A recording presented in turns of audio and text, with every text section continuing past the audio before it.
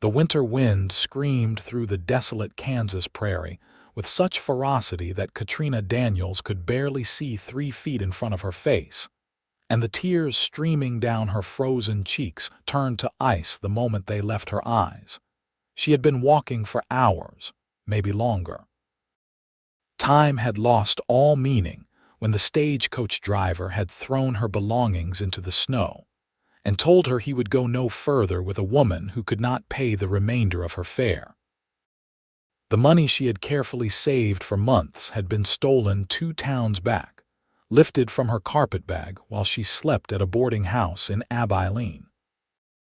Now she was alone on the road to Marysville, Kansas, in February of 1876, with nothing but the thin wool coat on her back and a small bundle containing a change of clothes and her mother's Bible.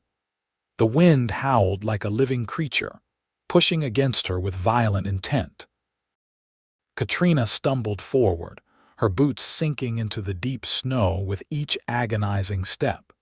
She had no idea how far she had walked from where the stagecoach had abandoned her, no sense of whether she was even still on the road. The landscape had become a white void, sky and ground blending into one endless expanse of frozen misery. Her legs gave out beneath her, and she fell to her knees in the snow. The tears came harder now, born not just from the biting wind but from the overwhelming despair that crashed over her like a wave. She had left everything behind in Ohio after her father died and the bank took their farm. Her aunt in Marysville had promised her a home, a fresh start, a chance to rebuild her life. But now she would never reach that town. She would die here in the snow, alone and forgotten, just another casualty of the harsh western frontier. "Please," she whispered into the wind, though she did not know who she was begging. "Please, I cannot die here." The wind answered with another fierce gust that nearly knocked her flat. Katrina wrapped her arms around herself and sobbed, her body shaking from cold and fear and exhaustion. She thought of her mother, dead these 5 years, and wondered if she would see her soon. She thought of her father, buried in the Ohio soil he had worked his entire life. She thought of all the dreams she had harbored for her new life in Kansas, dreams that were freezing along with her body. Then, through the howling wind, she heard something else. Hoofbeats. The sound was faint at first, almost lost in the storm, but it grew steadily louder. Katrina lifted her head, squinting through the snow, and saw a dark shape emerging from the white curtain. A horse. A rider. "Help!" she tried to cry out, but her voice was weak and hoarse. "Help me!" The rider must have seen her, because the horse changed direction, moving toward her with purpose. As the figure drew closer, Katrina could make out more details. A man on a large bay horse, wearing a heavy coat and a wide-brimmed hat pulled low against the wind. He dismounted before the horse had fully stopped, his boots hitting the snow with a solid thump. "Good Lord," he said, his voice rough but concerned. He knelt beside her, his hands reaching for her shoulders. "What are you doing out here? Are you hurt?" Katrina looked up at him, and even through her tears and the swirling snow she could see his face. Strong features, weathered by sun and wind, with dark eyes that held genuine worry. A few days' worth of stubble covered his jaw and dark hair curled from beneath his hat. "The stagecoach," she managed to say through chattering teeth. "Left me. Could not pay." The man's jaw tightened and something like anger flashed across his face, though she sensed it was not directed at her. "That is 20 miles back. You have been walking for hours in this storm." "I did not know what else to do," Katrina said, and a fresh wave of tears spilled down her frozen cheeks. The cowboy looked at her for a long moment, snow gathering on his shoulders and hat. Then he did something that would change both their lives forever. He took her hand in his grip warm and strong despite the cold, and pulled her gently to her feet. "You belong with me," he said firmly, his dark eyes holding hers. I am not leaving you out here to freeze. My ranch is 3 miles from here. Can you ride? Katrina nodded, though she was not entirely sure her legs would support her. The cowboy seemed to sense this because he kept his hand in hers as he led her to his horse. He picked up her small bundle from where it had fallen in the snow and secured it to his saddle. "What is your name?" he asked as he helped her mount the bay horse. "Katrina Daniels," she said. "Xavier Dalton," he replied. "Hold on tight, Miss Daniels. We need to get you warm." He swung up behind her, his arms coming around her as he took the reins. Katrina felt the solid warmth of his chest against her back. And despite her frozen state, despite the propriety that would have normally made her protest such close contact with a stranger, she leaned into that warmth gratefully. Xavier urged the horse forward into the storm, and Katrina closed her eyes and prayed they would reach shelter before she lost consciousness entirely. The ride seemed to take both forever and no time at all. Katrina drifted in and out of awareness, held secure by Xavier's arms. She heard him speaking to her occasionally, telling her to stay awake, telling her they were almost there. His voice became an anchor in the white chaos of the storm. When they finally stopped, Katrina opened her eyes to see a barn looming before them. Xavier dismounted and lifted her down, keeping one arm around her waist as he led the horse inside. The sudden absence of wind felt like a blessing, though the barn was not much warmer than the outside air. "Wait here," Xavier said, settling her onto a hay bale. "I need to get my horse settled. Then I will take you to the house." Katrina watched as he worked quickly and efficiently, removing the saddle and bridle, rubbing the bay horse down with a blanket, ensuring the animal had food and water. His movements spoke of a man who cared for his animals, who understood that survival in this harsh land depended on tending to one's resources. Even through her exhausted haze, Katrina appreciated this quality. When the horse was settled, Xavier returned to her side. "Can you walk?" "I think so," Katrina said, though when she tried to stand, her legs buckled. Without hesitation, Xavier scooped her into his arms. "Never mind. Just hold on." He carried her from the barn to a house about 50 yards away. The wind tried to push them back, but Xavier moved steadily forward, his strength evident in the way he held her securely against his chest. He kicked open the door and carried her inside, pushing the door closed with his boot. The house was dark and cold, but it was shelter. Xavier set Katrina down in a chair near the fireplace and immediately began building a fire. Within minutes, flames were crackling to life, spreading warmth and light through the room. "I need to get you out of those wet clothes," Xavier said, his back still to her as he added more wood to the fire. "You are going to catch your death. I will get you some dry things and turn my back while you change." He disappeared into another room and returned with a flannel shirt and wool trousers. "These will be too big, but they are dry and warm. There are blankets here. Change quickly, then wrap yourself up. I will make coffee." True to his word, Xavier turned away and busied himself at the stove in the corner of the room. Katrina's fingers were so numb she could barely work the buttons of her coat and dress. But she managed to strip out of the frozen clothing and pull on the oversized garments Xavier had provided. The flannel shirt hung nearly to her knees, and she had to roll the trousers several times to keep from tripping over them, but they were blessedly dry and warm. "I am decent," she said, wrapping herself in the blankets Xavier had left. He turned back to her, and something flickered across his face as he took in her appearance. "Sit close to the fire. I will have coffee ready in a few minutes." Katrina moved her chair nearer to the hearth, holding her hands out to the flames. Feeling was slowly returning to her fingers and toes, accompanied by painful tingling. Now that she was out of immediate danger, she allowed herself to really look at her rescuer. Xavier Dalton was tall, probably over 6 feet, with broad shoulders and the lean, muscular build of a man who made his living through physical labor.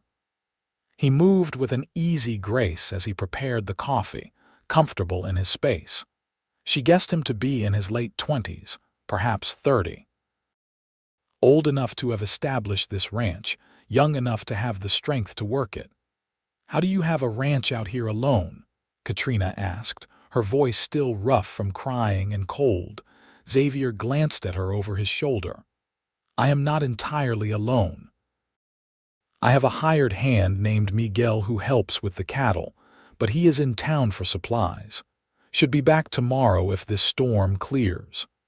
As for the ranch, I built it myself over the past 5 years. It is not much, but it is mine."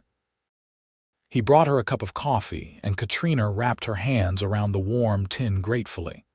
The bitter liquid burned going down, but it was the most wonderful thing she had ever tasted. "Thank you," she said, meeting his eyes. "You saved my life, Mr. Dalton. If you had not come along when you did, I would have frozen to death in that snow." Xavier settled into a chair across from her, his own cup of coffee in hand. "What possessed that stagecoach driver to put you off in the middle of a storm?" Katrina looked down at her cup. "I could not pay him. The fare was meant to be paid in full upon arrival in Marysville, but he demanded more money at the last stop. When I told him I did not have it, that my money had been stolen, he said he would go no further with me." "That is unconscionable," Xavier said, his voice hard with anger. "Even out here, even with all the lawlessness that goes on, there are certain lines a man should not cross. Leaving a woman alone in a blizzard is murder, plain and simple." "Will you tell me about your ranch?" Katrina asked, wanting to change the subject from her own misfortune. "How did you come to build it?" Xavier leaned back in his chair, studying her for a moment before he spoke. "I came out from Texas after the war. I was 17 when I joined up, 20 when it ended. Did not have much to go back to, so I drifted for a while. Ended up in Kansas, and decided it was as good a place as any to put down roots. I worked as a ranch hand for other men for a few years, saved my money and bought this land. It is good grazing land, and there is a creek that runs through the property. I started with a dozen head of cattle and built from there." "That must have been difficult," Katrina said, "building everything from nothing."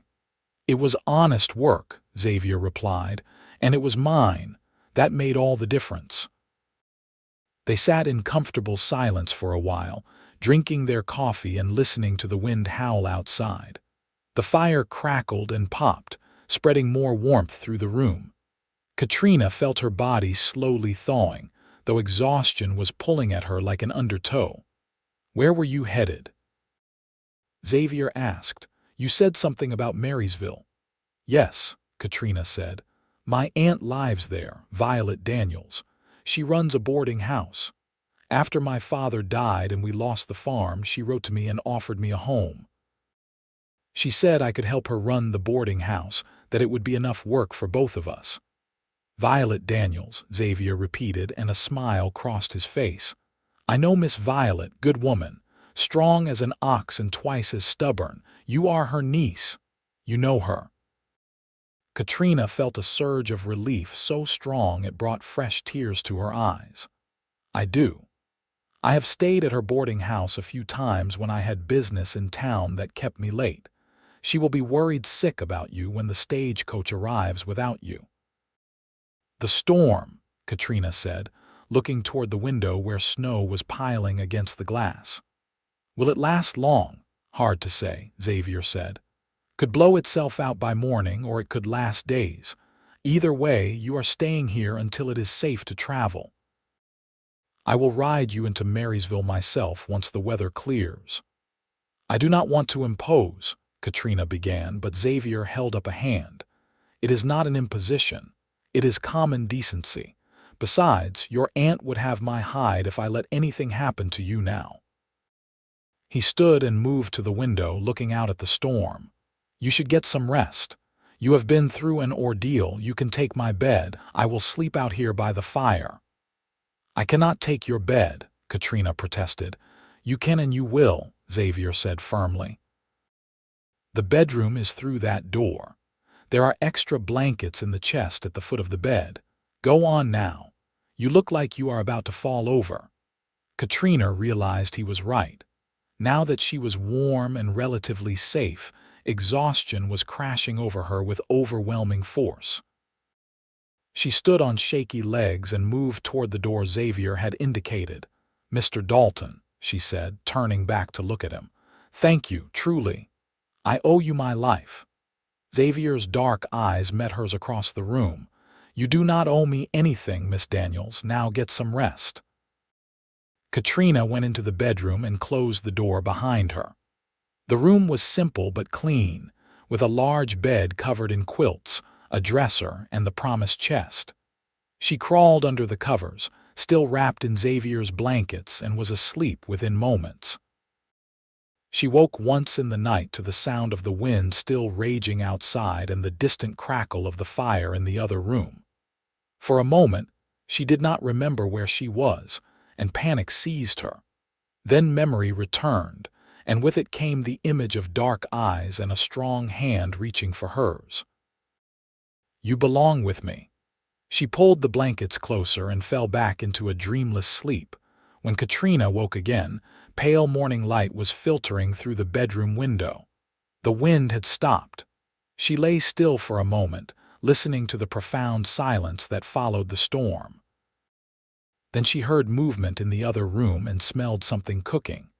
She got out of bed and looked down at herself, still wearing Xavier's oversized shirt and trousers. Her own clothes were presumably still by the fire, hopefully dry by now. She opened the bedroom door and stepped into the main room. Xavier was at the stove, cooking what looked like bacon and eggs. He had changed his clothes and shaved, and his dark hair was still damp, as though he had washed at the basin. He looked up when she entered and offered a small smile. "Good morning, Miss Daniels. How did you sleep?" "Better than I have in weeks," Katrina admitted. "Thank you for the use of your bed." "It is no trouble. Sit down. Breakfast is almost ready." Xavier began dishing food onto 2 plates. "The storm broke about an hour ago. Sky is clear now, but there is at least 2 feet of fresh snow on the ground. It will take me some time to get the horses ready and break a path, but I should be able to get you to town by this afternoon." Katrina settled at the small table, and Xavier set a plate in front of her.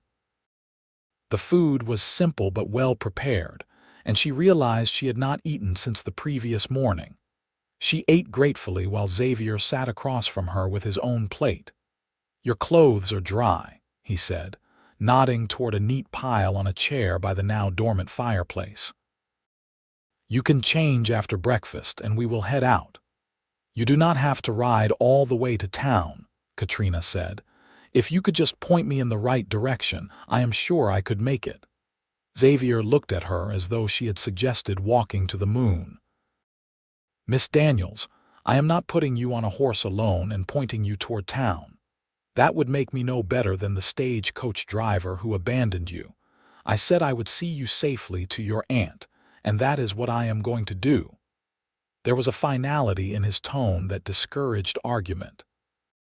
Katrina found herself studying him across the table, this stranger who had saved her life and asked nothing in return. In her experience, men always wanted something.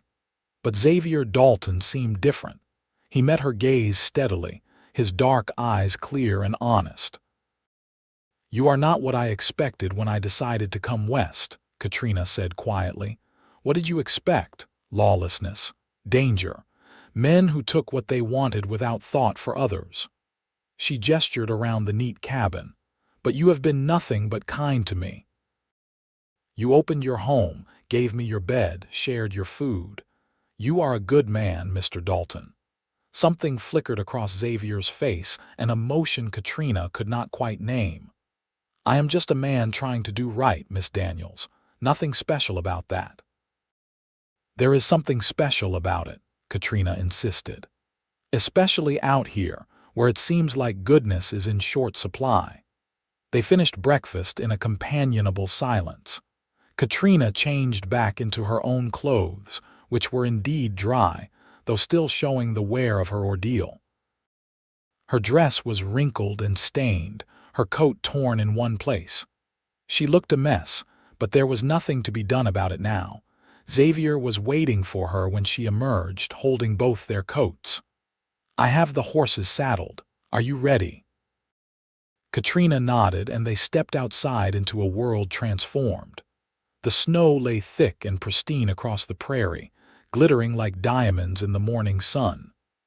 The sky was a hard, bright blue, cloudless and infinite. It was beautiful in a harsh, unforgiving way. Two horses stood waiting, Xavier's bay and a smaller chestnut mare. Xavier helped Katrina mount the mare, then swung onto his own horse. They set out toward Marysville, the horses' hooves breaking through the snow crust with each step. The ride took longer than Xavier had estimated. The snow was deep in places, and they had to pick their way carefully across the prairie. But Xavier seemed to know the land intimately, guiding them along the easiest paths, pointing out landmarks to Katrina as they rode. "That stand of cottonwoods marks the creek I mentioned," he said, indicating a line of trees in the distance. "In the summer it is a beautiful spot, and over there that rise, that is where my cattle usually graze. Good grass there." "How many head do you have now?" Katrina asked. "About 60, Xavier said with evident pride. "Not a big operation, but it is growing. In another year or two I hope to have 100 head or more." "That is impressive," Katrina said, "building something from nothing the way you have." Xavier glanced at her. "What about you, Miss Daniels? What are your plans once you reach your aunt?" Katrina was quiet for a moment, watching the snow glitter in the sunlight. "I suppose I will help her run the boarding house. Learn the business. Maybe eventually I could take it over when she is ready to retire. Or perhaps I will find other opportunities. I am good with numbers. My father taught me to keep accounts. Maybe I could work in a store or an office." "You have an education, then?" "Some," Katrina said. "My mother was a teacher before she married. She taught me to read and write and do figures. I had a few years of proper schooling, too, before we needed my help on the farm." "That is more education than most out here," Xavier observed. "You could probably teach if you wanted." "I had not thought of that," Katrina said, considering the idea. "Would there be call for a teacher in Marysville?" "There is always call for teachers," Xavier said. "Children need educating and not enough people willing to do it. You should ask around when you get settled." They rode in silence for a while, and Katrina found herself stealing glances at Xavier. He rode easily, comfortable in the saddle, his eyes constantly scanning the landscape. He was handsome, she realized, in a rugged, weathered sort of way. The kind of handsome that came from hard work and honest living rather than soft luxury. She wondered if he had a sweetheart, a woman waiting for him somewhere. The thought produced an odd flutter in her chest that she did not want to examine too closely. "Can I ask you something, Mr. Dalton?" Katrina said. "You can ask," Xavier replied, "and call me Xavier." "I think we are past formalities at this point." "Xavier, then," Katrina said, liking the way his name felt on her tongue. "Why did you say what you did? Yesterday, when you found me, you said I belonged with you. What did you mean by that?" Xavier was quiet for so long that Katrina thought he might not answer. When he finally spoke, his voice was low and thoughtful. "I meant that no person should be left alone to die in a storm. I meant that in that moment you needed help, and I was there to give it. I meant that you belonged with someone who would keep you safe, and since I was the only one there, that made you my responsibility." He paused, then added, "I also meant it in a way I cannot fully explain." When I saw you there in the snow, crying and alone, something in me just knew I could not leave you. It felt like the most important thing in the world was making sure you survived. Does that make sense?" "Yes," Katrina said softly. "It makes perfect sense." They rode on, and the sun climbed higher in the sky. Around midday, they stopped to rest the horses and eat some jerky and hard biscuits Xavier had packed. They sat on a fallen log, looking out over the snow-covered prairie, and Katrina felt a strange contentment settle over her. Yesterday she had been certain she would die, alone and forgotten. Today she was alive, sitting beside a man who had saved her, heading toward a new life with her aunt. The transformation was dizzying. "You ever get lonely?" Katrina asked. "Out on your ranch by yourself?" Xavier considered the question. "Sometimes. It is a solitary life, but I prefer it to being surrounded by people who do not care about me. At least in solitude I am honest company." "That is a sad way to look at it," Katrina said. "Maybe," Xavier agreed, "but it is honest. I have had my fill of false friends and empty promises. The land does not lie to me. The cattle do not pretend to be something they are not. There is comfort in that." "What about family? Do you have any?" "A sister in Texas," Xavier said. "Married with children. We write sometimes, but I have not seen her in years. My parents are both gone. Died during the war years, one after the other. My father from fever, my mother from a broken heart, I think." "I am sorry," Katrina said. "It is the way of things," Xavier said.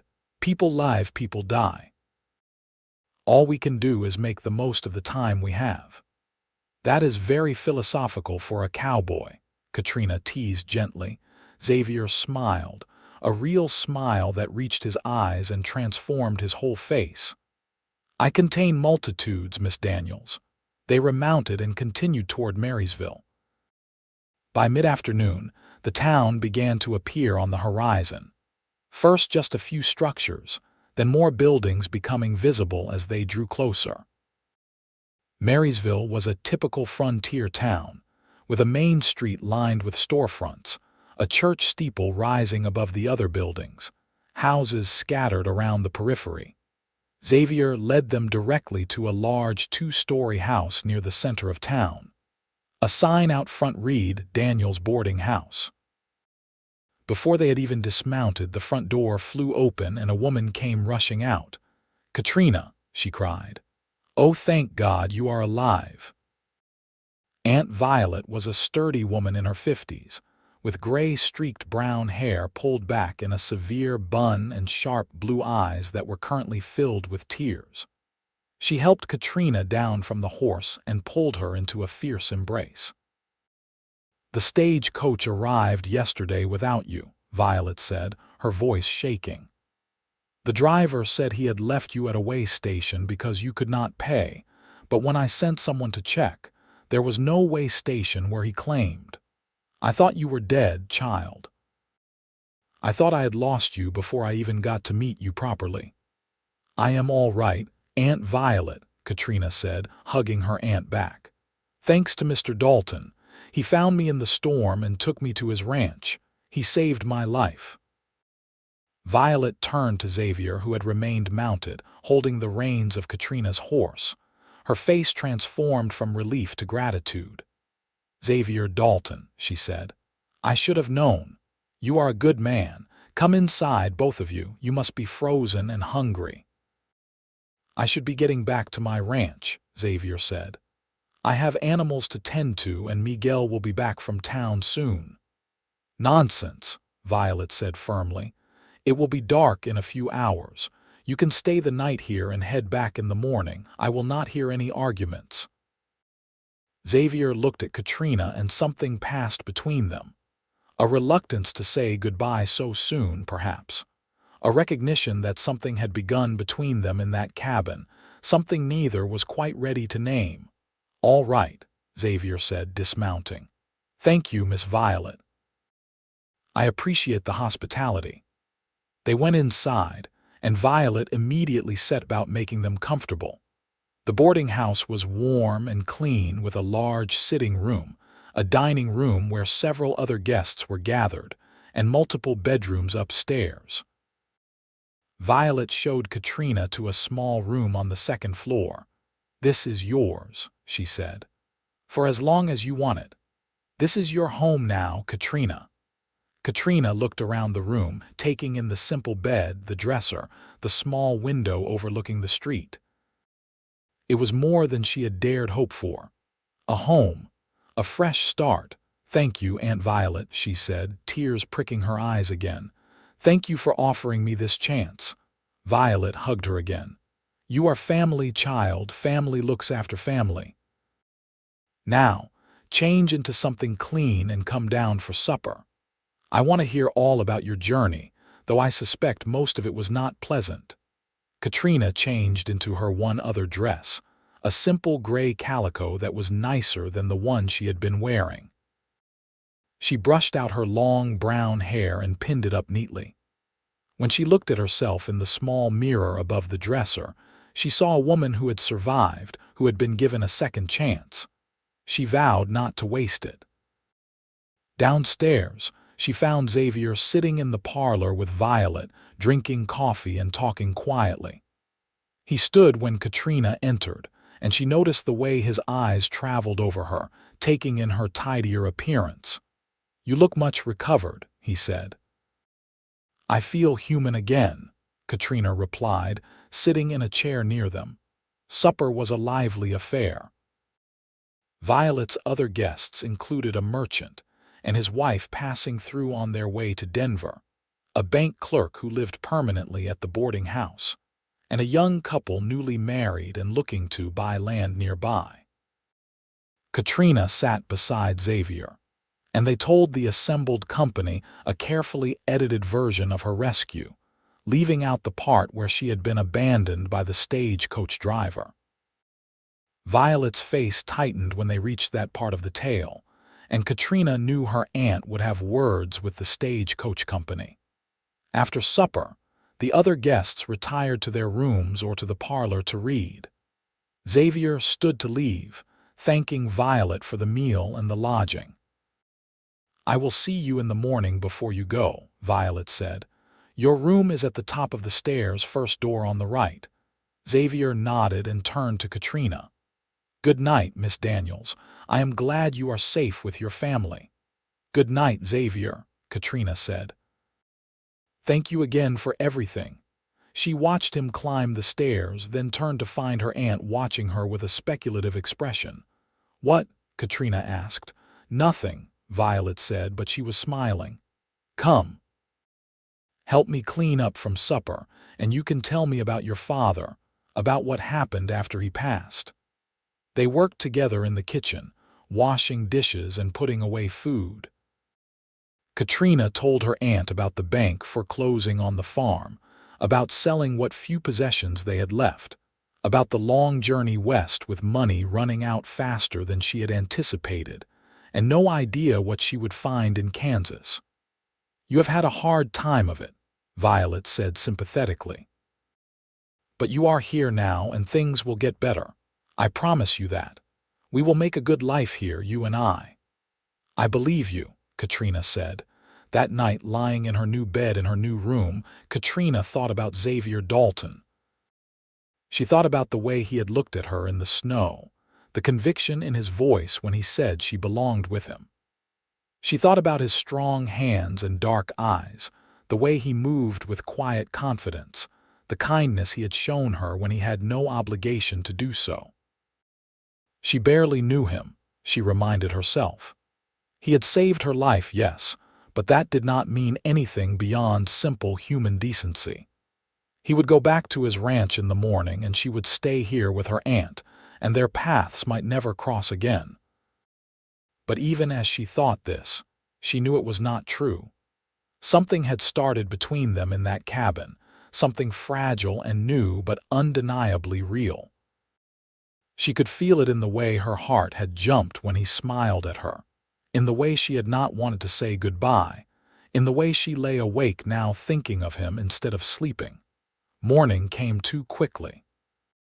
Katrina woke early and dressed carefully, telling herself she was not primping for Xavier's benefit, even as she pinned her hair just so, and pinched her cheeks to bring color to them. She went downstairs to find breakfast already prepared and Xavier sitting at the table with Violet, both of them drinking coffee and talking quietly.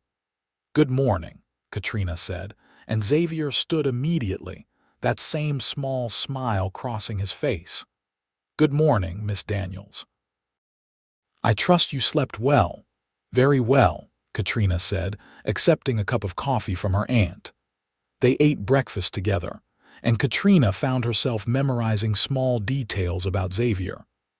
The way he held his coffee cup, the scar on his right hand, the way his dark hair fell across his forehead. She was acting like a schoolgirl with her first crush, and she needed to stop it. All too soon, breakfast was finished and Xavier was standing to leave. He thanked Violet again for her hospitality and turned to Katrina. "I wish you all the best in your new life here, Miss Daniels," he said formally.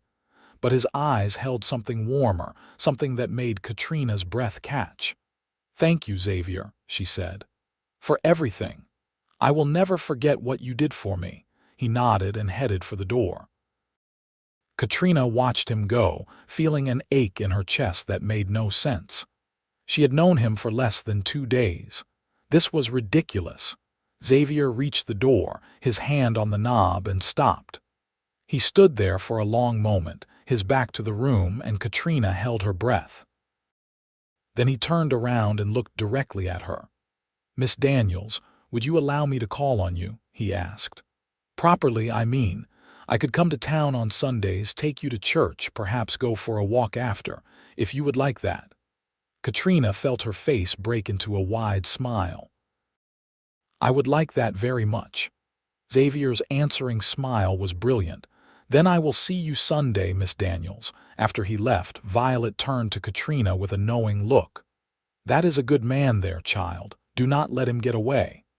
"Aunt Violet," Katrina protested, feeling her cheeks heat. "I am just saying," Violet replied, returning to her kitchen work. "Good men are hard to find out here. When one comes along, a smart woman takes notice." The week that followed was busy. Katrina threw herself into learning the operations of the boarding house, helping Violet with cooking, cleaning, managing the accounts, and tending to the guests. She was good at it, she discovered. She had a head for numbers and organization, and she genuinely enjoyed meeting the various travelers who passed through Marysville. But underneath all the busyness, she counted the days until Sunday. 5 days, then 4, then 3. She told herself not to be silly, that she barely knew Xavier Dalton, that 1 or 2 pleasant conversations did not a romance make. But her heart did not listen to reason. Sunday morning arrived clear and cold.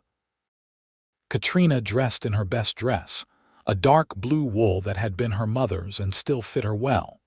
She arranged her hair carefully and even dabbed a bit of rose water on her wrists, a luxury she rarely indulged in. "You look lovely," Violet said approvingly when Katrina came downstairs. They walked to church together, Violet greeting neighbors and friends along the way, introducing Katrina to everyone. The little church was already filling with townspeople when they arrived. Katrina and Violet found seats near the middle, and Katrina tried not to crane her neck looking for Xavier. She did not have to look long. Just as the service was beginning, Xavier slipped into the pew beside her. He was dressed in clean trousers and a pressed shirt, his hair neatly combed, his face freshly shaved. He smelled of soap and leather, and when he leaned close to whisper a greeting, Katrina felt her pulse quicken. "Good morning, Miss Daniels. You look beautiful." "Thank you," Katrina whispered back. "I am glad you came." The service passed in a blur. Katrina sang the hymns and stood and sat when appropriate, but she was acutely aware of Xavier beside her, of his arm occasionally brushing hers, of the warmth of him in the cold church. When the service finally ended, Xavier offered her his arm. "Would you take a walk with me?" he asked. "I would love to," Katrina replied. They walked through the town, Xavier pointing out various buildings and businesses, telling her stories about the people who ran them. It was a clear day, cold but bright, and Katrina was glad for her warm coat. They walked until they reached the edge of town, where the prairie opened up before them, vast and empty and beautiful. "I wanted to see you again," Xavier said suddenly, stopping and turning to face her. "All week I have thought of little else. I know we have only just met, and I know I should go slowly, court you properly, but I find I am not a patient man when it comes to things I want." Katrina's heart was pounding. "What is it that you want, Xavier?" "You," he said simply. "I want to know you, I want to spend time with you. I want to see if this feeling I have, this pull toward you, is something real and lasting. I know that is forward of me. I know you might not feel the same way, but I have never been good at pretending, and I will not start now." "I feel it too," Katrina admitted. "I have thought of you constantly this week. I told myself I was being foolish, that I barely know you. But then I would remember the way you looked at me in the storm, the way you said I belonged with you, and my heart would do this strange flip, and I knew I was not being foolish at all." Xavier reached out and took her hand the same way he had in the snow. "Then we are in agreement. We will see where this leads us." "We will," Katrina said, smiling up at him. They walked back to town hand in hand, and Katrina felt as though she were floating. When they reached the boarding house, Xavier walked her to the door. "May I take you to dinner next Sunday?" he asked. "There is a restaurant in town that does a good roast beef." "I would like that," Katrina said. Xavier lifted her hand to his lips and kissed it gently, his eyes never leaving hers. "Until next Sunday, then." Katrina watched him walk away, her hand tingling where he had kissed it. She went inside to find Violet watching her from the parlor with a satisfied expression. "I told you," her aunt said. "Good man." "Yes," Katrina agreed, unable to stop smiling. "Yes, he is." The weeks that followed established a pattern. Xavier came to town every Sunday, and he and Katrina spent the day together. They attended church, took long walks, had dinner at the restaurant. They talked about everything, their pasts, their hopes for the future, their fears and dreams. Katrina learned about Xavier's time in the war, about the things he had seen that still haunted him sometimes, about his determination to build something good and lasting in Kansas. Xavier learned about Katrina's childhood on the farm, about her mother's death, about the loneliness she had felt after losing both parents and the fear that had accompanied her journey west. With each passing week, Katrina fell more deeply in love. She loved Xavier's quiet strength, his honesty, the way he looked at her as though she were the most important thing in his world. She loved his rare smiles and his thoughtful silences, the way he listened when she spoke and remembered everything she told him. She loved his hands, strong and calloused from work, and the gentle way he touched her, as though she were something precious. Spring came to Kansas, melting the snow and bringing green back to the prairie. Xavier's visits sometimes stretched beyond Sunday now. He would come to town on Saturday and stay through Monday, helping Violet with repairs around the boarding house, or taking Katrina on longer outings to see the countryside. Miguel, his ranch hand, was more than capable of managing things for a day or two, Xavier said, and he wanted to spend as much time with Katrina as he could. By May, they were openly courting, and everyone in Marysville knew it. The townspeople approved, Violet was delighted, and Katrina was happier than she had ever been in her life. She and Xavier had not spoken explicitly of marriage yet, but it hung in the air between them, an unspoken understanding that this was leading somewhere permanent. One Sunday in late May, Xavier picked Katrina up in his wagon rather than on horseback. "I want to take you somewhere," he said. somewhere special.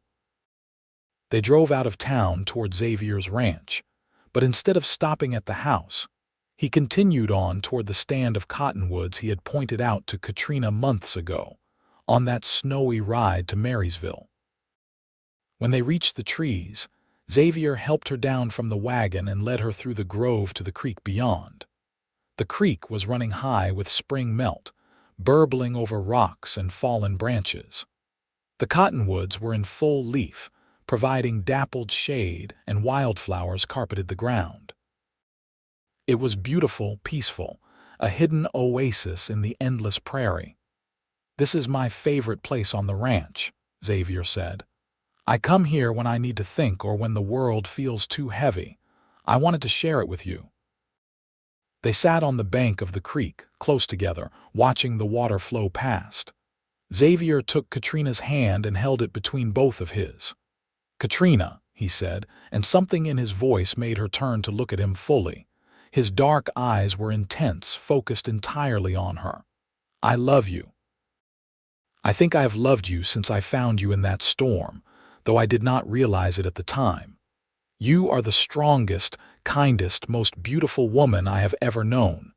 You make me want to be better than I am. You make me believe in things I thought I had stopped believing in, like goodness and hope and the possibility of happiness." Katrina felt tears welling in her eyes. "Xavier, I love you too, so much. You saved my life, but you did more than that. You gave me a reason to live it." Xavier reached into his pocket and pulled out a small velvet pouch. From it, he extracted a ring, simple gold with a small diamond. "This was my mother's," he said. "It is the only thing of value I have from my family. I would be honored if you would wear it. Katrina Daniels, will you marry me?" "Yes," Katrina said without hesitation. "Yes, Xavier, I will marry you." He slipped the ring onto her finger and it fit perfectly, as though it had been made for her. Then Xavier cupped her face in his hands and kissed her, soft and sweet at first, then deeper as Katrina responded. It was her first real kiss, and it was everything she had imagined and more. When they finally pulled apart, both were breathless. "I want to give you a good life," Xavier said. "I know the ranch is not much now, but it will grow. I will work hard for you, Katrina. I will give you everything I have." "You already have," Katrina said, touching his face. "You have given me love, Xavier. Everything else is just details." They sat by the creek for hours making plans. They would marry in the fall after the harvest. Katrina would move to the ranch and they would build their life together there.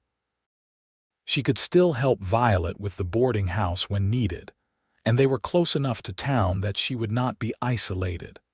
They talked about children, about expanding the ranch, about growing old together. By the time they drove back to town, Katrina felt as though her heart might burst from happiness.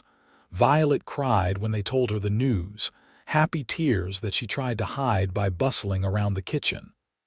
"I knew it," she kept saying.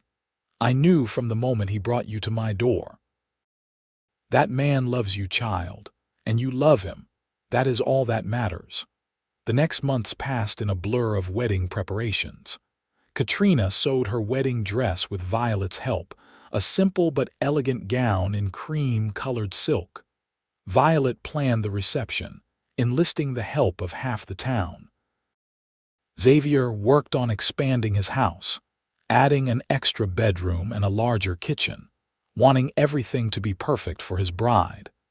They were married on a beautiful October afternoon in the little church where they had sat together that first Sunday. Xavier wore a new suit, his hair neatly combed, his eyes shining as he watched Katrina walk down the aisle toward him.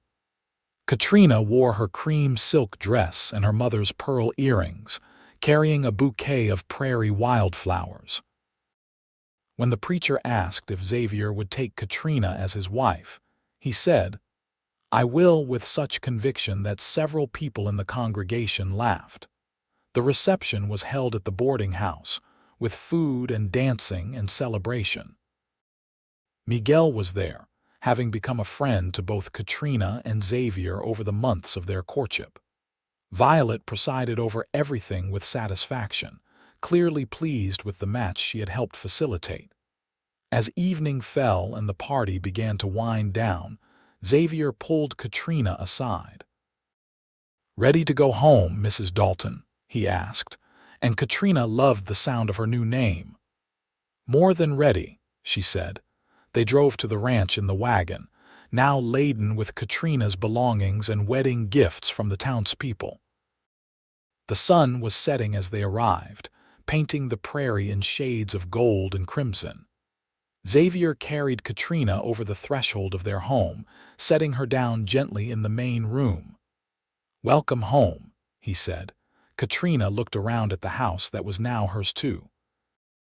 Xavier had worked so hard to make it nice for her.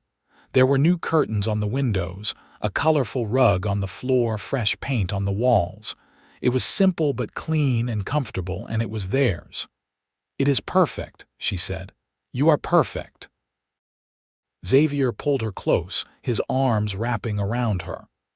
"I promise I will spend every day of my life trying to make you happy, Katrina. You took a chance on me on this life. I will not let you regret it." "I could never regret it," Katrina said, reaching up to kiss him. "You are the best thing that ever happened to me." That night, they consummated their marriage with a tenderness that brought tears to Katrina's eyes. Xavier was gentle and patient, taking his time, making sure she felt cherished and loved. Afterward, they lay together in the darkness, Katrina's head on Xavier's chest, listening to the steady beat of his heart. "You remember what I said to you?"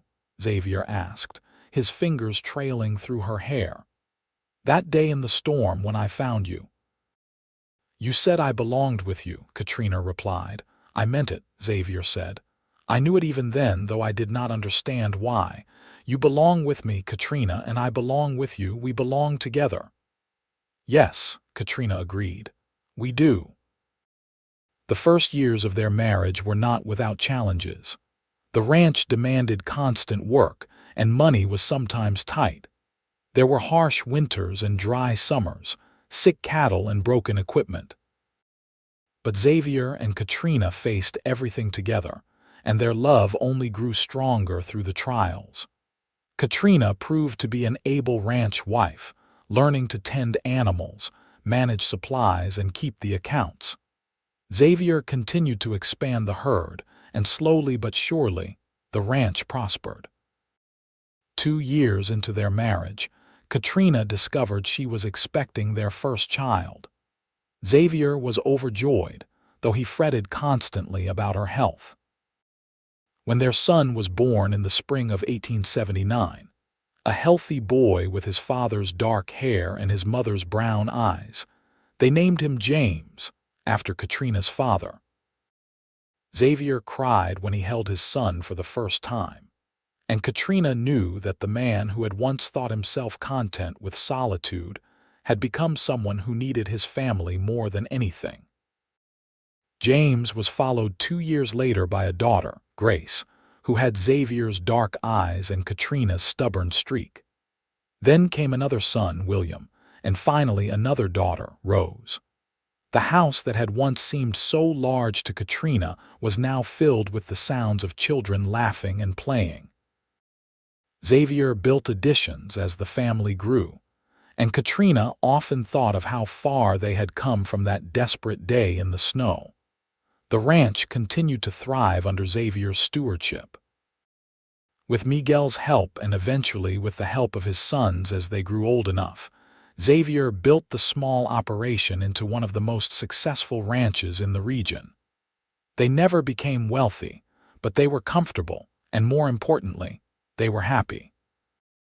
Violet remained a constant presence in their lives, visiting often and being endlessly delighted by her great-nieces and great-nephews.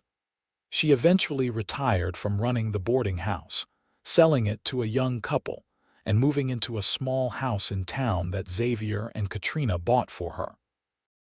She lived to be 83, long enough to see all of Katrina and Xavier's children grown and several grandchildren born. On the day of Violet's funeral in 1893, Katrina stood beside Xavier in the little cemetery outside Marysville and thought about how different her life might have been if her aunt had never written to her, if she had never gotten on that stagecoach, if Xavier had not found her in the storm.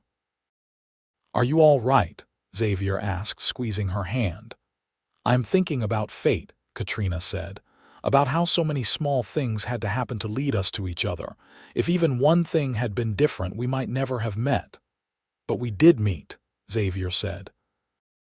"And everything that happened before that moment, all the hardship and loss, it led us to each other. I would not change a single thing if it meant losing you." "Nor would I," Katrina said.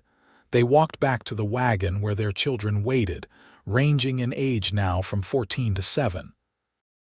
James, the eldest, was already nearly as tall as his father and just as serious. Grace was spirited and clever, with dreams of becoming a teacher. William was gentle and thoughtful, happiest when working with the animals. And little Rose, the baby, was fearless and curious, always getting into mischief.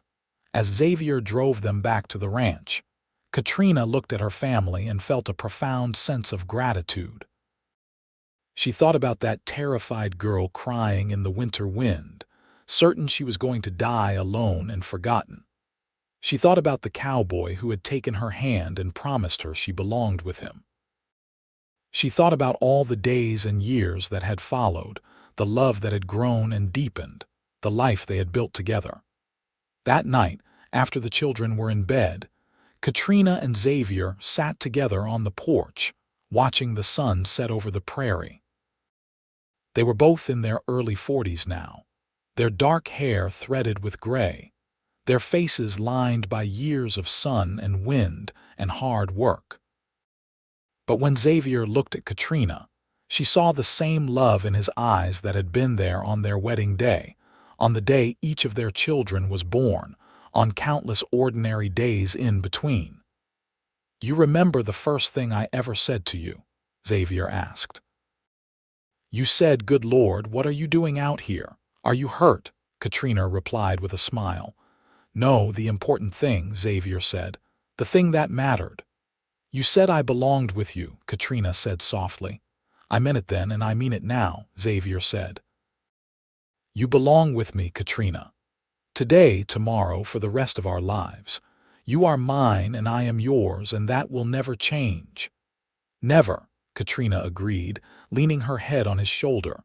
They sat in comfortable silence as the sky darkened and the stars began to appear. Inside the house, they could hear the faint sounds of their children settling down for the night. Around them, the prairie stretched endlessly in all directions, the land they had worked and loved and built their life upon. The years continued to pass, each one bringing new joys and new challenges. James grew to manhood and took over much of the ranch work, eventually marrying a girl from town and building a house on the far edge of Xavier's property. Grace did become a teacher, running the schoolhouse in Marysville and filling her classroom with the same love of learning her grandmother had passed to her mother. William left for a few years to study veterinary medicine, then returned to the ranch to care for the animals he had always loved. Rose married a neighboring rancher's son and proved to be as capable a ranch wife as her mother. Xavier and Katrina became grandparents, then great-grandparents. The ranch that Xavier had started with a dozen head of cattle and a dream grew into an operation that supported not just their family but several others. Miguel grew old working alongside Xavier, and when he finally retired, his own sons took his place. The Dalton Ranch became known throughout Kansas as a place of honest dealing and good livestock, built on the foundation of Xavier and Katrina's hard work and love. On a cold February morning in 1911, Xavier woke with pain in his chest. Katrina, who after 55 years of marriage could read his face like a book, sent immediately for the doctor, but they both knew what was coming. Xavier was 72 years old and he had lived a full and hard life. His heart, that strong heart that had never failed him, was finally giving out. He lingered for 3 days, surrounded by his family. All 4 of his children came, along with many of his grandchildren and great-grandchildren. The house was full of people who loved him, people whose lives existed because of the life he and Katrina had built together. On the last day, when the family had stepped out to give them privacy, Xavier held Katrina's hand and looked at her with eyes that were dimming but still full of love. "I am not afraid," he said, his voice weak but steady. "I have had a good life, better than I ever dreamed possible. You gave me that, Katrina. You gave me everything that mattered. You gave me life," Katrina said, tears streaming down her face. "That day in the snow, you saved my life. And every day since, you have made that life worth living." "Do you remember what I said?" Xavier asked. "You said I belonged with you," Katrina replied, just as she had so many times over the years. "I was right," Xavier said, smiling. "You belonged with me. And wherever I am going now, I will wait for you, because I will always belong with you too." "I love you," Katrina said. "I have loved you from that first moment, and I will love you until my last breath and beyond." "I love you too," Xavier said. "So much. Thank you, Katrina. Thank you for saying yes. Thank you for taking a chance on a cowboy with nothing but a small ranch and a big heart. Thank you for giving me the best life a man could ask for." He closed his eyes then, still holding her hand, and took his last breath with a small smile on his face. Katrina sat with him for a long time, holding his hand, remembering the winter wind and the crying girl and the cowboy who had saved her. She remembered his voice saying, "You belong with me," and she knew it was true. She had belonged with him, and he had belonged with her, and death could not change that. Xavier's funeral was attended by half the county.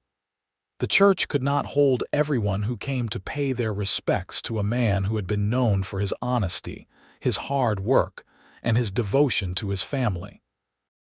They buried him in the cemetery outside Marysville, not far from where Violet lay, and Katrina stood beside the grave with her children and grandchildren around her, and knew that a chapter of her life had ended. But it was not the last chapter. Katrina lived another 7 years, staying in the ranch house and watching her family continue to grow. She spent her days with her grandchildren and great-grandchildren, telling them stories of their grandfather, of the day he found her in the storm, of the life they had built together. She made sure they understood that love was not just a feeling but a choice, a commitment, a partnership that weathered all storms. On a spring morning in 1918, Katrina Dalton passed away peacefully in her sleep at the age of 79. She was buried beside Xavier, and on her headstone, her children had engraved the words that had defined her life. She belonged with him. The ranch continued for generations after them, passed down through their children and grandchildren. The story of Xavier and Katrina became family legend, told and retold around dinner tables and fireplaces.